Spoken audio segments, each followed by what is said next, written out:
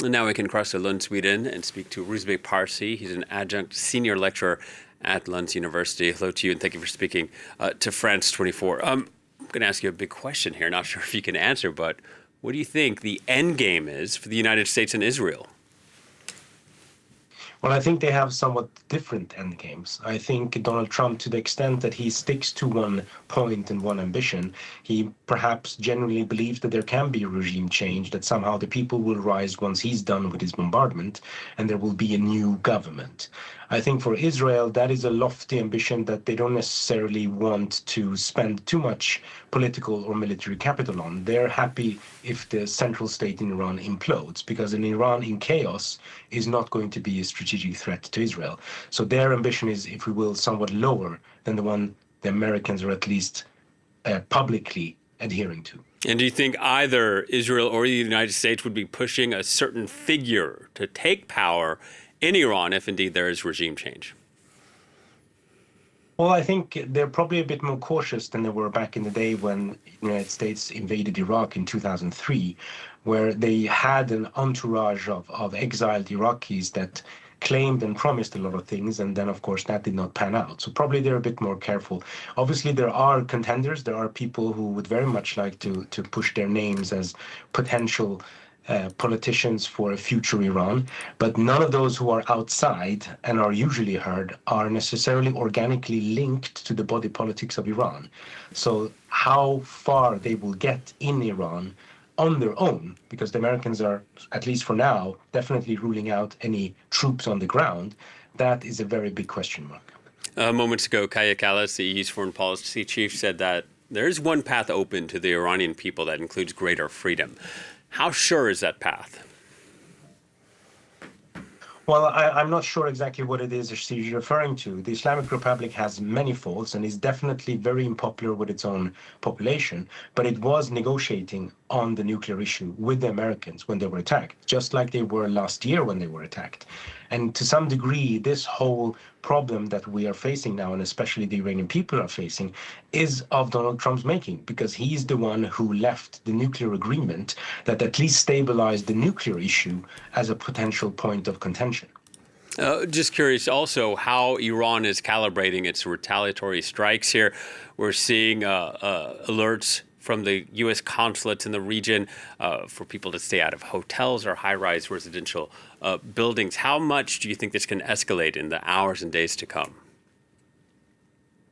Well, I think it seems at least that Tehran's idea is that they need to raise the costs for the regional allies of the US and, of course, hit Americans where they can find them. They don't have the military capacity of the US or Israel. So by raising the costs for the local allies of the Americans, they hope to be able to exert pressure on Donald Trump. And by simply surviving, they can indicate to him that he will need to commit to a much longer and much costlier military campaign if he wants to get rid of them. And the idea would be that there is no support for that domestically in the US. So bombing a bit here and there and then leaving is something he can afford. But if he wants to get into the long fight with the Islamic Republic, it will take months and maybe even a year. And the question is he willing to do that? Lebanon's Hezbollah said it was going to avenge these U.S. and Israeli strikes. Is that saber rattling, or do you expect some of the Iranian proxies to make good on those threats? They might become active in a way they haven't so far, and that's partly because their abilities have been degraded through Israeli operations in the preceding years.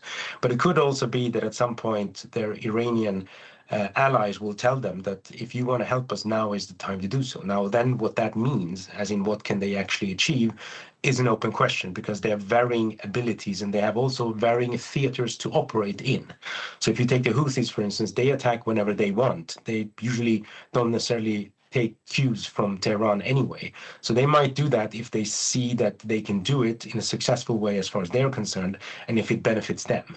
But whether that in turn translates into any relief of pressure on Iran, that depends on the Israeli and American reaction. We've seen maritime traffic plummet in the Strait of Hormuz in the aftermath of these strikes on Saturday. That's supposedly down about 70%. Do you think we'll see broadly economic consequences reverberating around the globe? I think so. I mean, we have to differentiate between two levels here. One is what is actually happening, and the other is the fear of what could happen. So if you are an insurer of shipping, for instance, you're not interested in waiting until something actually happens. It's a question of the premium costs of insuring someone who is going to risk traveling through that shipping lane. So there's both the immediate cost and there's also the long-term cost. Now, some of that might be absorbed, but I think we're talking about a lot of things that go through the Strait of Hormuz, not just oil and gas. It's partly a harbor hub in the UAE for consumer electronics to Europe, et cetera, et cetera.